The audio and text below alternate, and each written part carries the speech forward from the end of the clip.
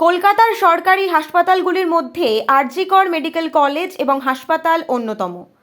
এই RG Kar medical college এবং হাসপাতালেই 9 আগস্ট ঘটে গেছে একটি মর্মান্তিক দুর্ঘটনা।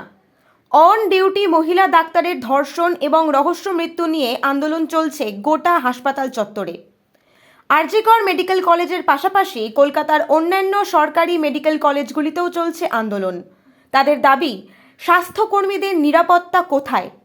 প্রাথমিক বিভিন্ন তদন্তের পর কিনারা করা গেছে এই মৃত্যুর পেছনে আছে কে।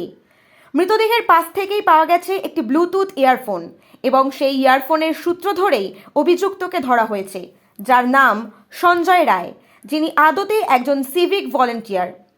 পুরো ঘটনাটির সম্পর্কে জানার পর মুখ্যমন্ত্রী মমতা ব্যানার্জি মৃতার বাড়ির লোকজনদের সঙ্গে কথা বলেন এবং অভিযুক্তের ফাঁসির দাবি জানান এবং তিনি বলেন সিবিআই তদন্তেও কোনো আপত্তি নেই। অভিযুক্ত সঞ্জয় রায় পুলিশের কাছে তার সমস্ত কর্মকাণ্ড স্বীকার করে নেন। তবে প্রশ্ন উঠছে, গোটা ঘটনার পেছনে কি শুধুমাত্র একজনেরই হাত রয়েছে, নাকি এর সঙ্গে জড়িয়ে আছে অনেকে? আজ কামদুনি ধর্ষণকাণ্ডের অন্যতম মুখ টুম্পা কোয়াল এসেছেন আরজিকর হাসপাতালে এবং তিনি কথা বলেছেন আন্দোলনকারী পড়ুয়াদের সঙ্গে। তিনি বলেন, এই পুরো ঘটনার সঙ্গে জড়িত আছে অনেকেই। এটা একজনের কাজ কখনোই হতে পারে না।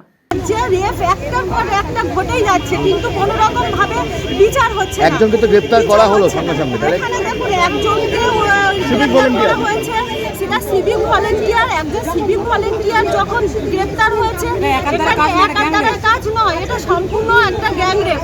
একজনের ওই রোগা মতো একজনের পক্ষে এরকম রেপ করে তাকে মার্ডার করে খুন করা এটা অসম্ভব। এর পিছনে আরও আছে, কারণ আমরা সাধারণ মানুষ যখন আরজিকর হসপিটাল বড় এনআরএস বলো, আমরা যেখানেই যাই প্রথমে আমাদের মেন গেটে একটা কার্ড দেখাতে হয়, তারপরে আবার দ্বিতীয় স্তরে উঠতে গেলে আর কার্ড দেখাতে হয়।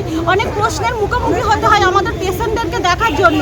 কিন্তু একজন পুলিশ কর্মী সে যখন এত রাতে হসপিটালে উঠছে, সেই রুমে যাচ্ছে, তখন কি কোনো সিকিউরিটি সেখানে ছিল না?